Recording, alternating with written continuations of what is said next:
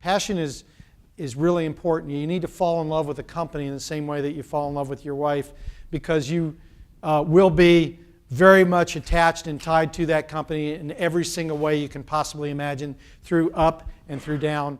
In any company, successful or unsuccessful, but particularly successful companies, it's not like they just magically got there.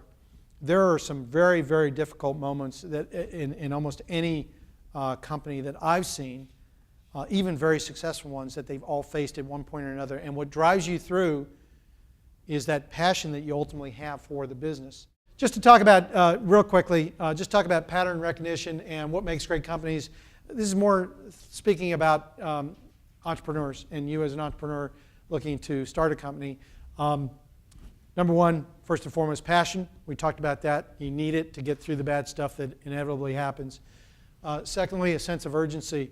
One of my board members was a Bain Capital, before they had a venture capital fund, invested in Shopping.com. A fellow by the name of John Connerton, who is a managing director there, one of the most brilliant people I've ever encountered, really a remarkable guy. And I remember asking him, Bain Capital at that point in time had about 40% CAGR growth in terms of their companies, and they had lots and lots of companies, hundreds of companies. I said, John, do you ever see, when you look at CEOs, is there any common pattern that you see for CEOs that you really want to take on and hire and build great companies? He said, it's interesting you asked that. We talk about that a lot. We see all kinds of different styles, charismatic styles, non-charismatic, very methodical, very creative and innovative, very loose, very left brain, very light brain.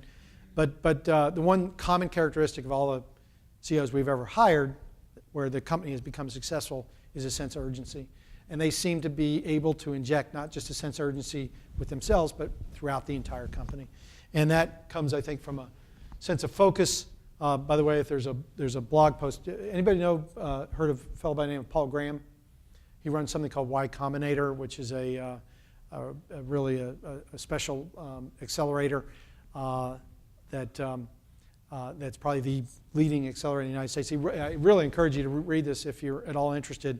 It's a blog post, relatively well-known, somewhat famous now blog post, but it's called Startup Equals Growth. And what he says basically is everything you do as a startup, every single thing you do has to be measured against, does it make you grow, and how fast does it make you grow? Do I hire another engineer? Do I go to a trade show? Do I go on this trip? Do I spend this resource? Everything. Is it going to get my growth? Is it going to continue or accelerate my growth? Very interesting. And that focus, I think, is really essential. Find your disintermediation. There's lots of industries out there. Financial services we talked about, but there's certainly lots of industries out there that are ready and ripe to be disintermediated and disrupted. And finally, you've got to have a lot of luck.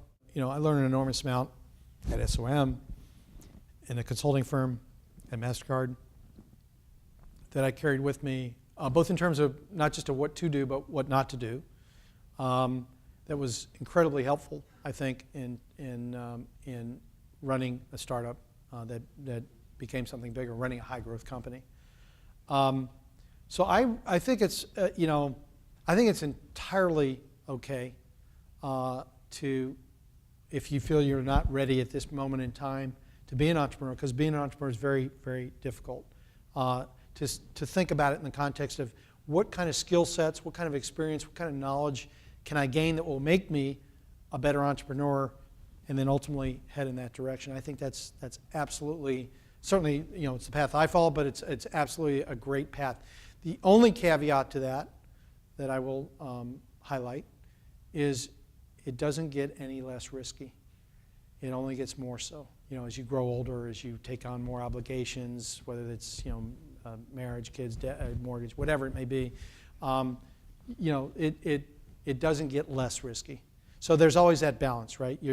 At one level, if you're younger and you don't have as much experience, you also don't have as much risk in starting something. So you've got to kind of make those trade-offs, and each individual, the way they make those trade-offs is different. But I absolutely think that it ultimately comes down to how you feel about where you are today, and certainly if you feel like you want to be an entrepreneur, but you want to gather some more knowledge and experience, I think that's absolutely a great path to go down as well.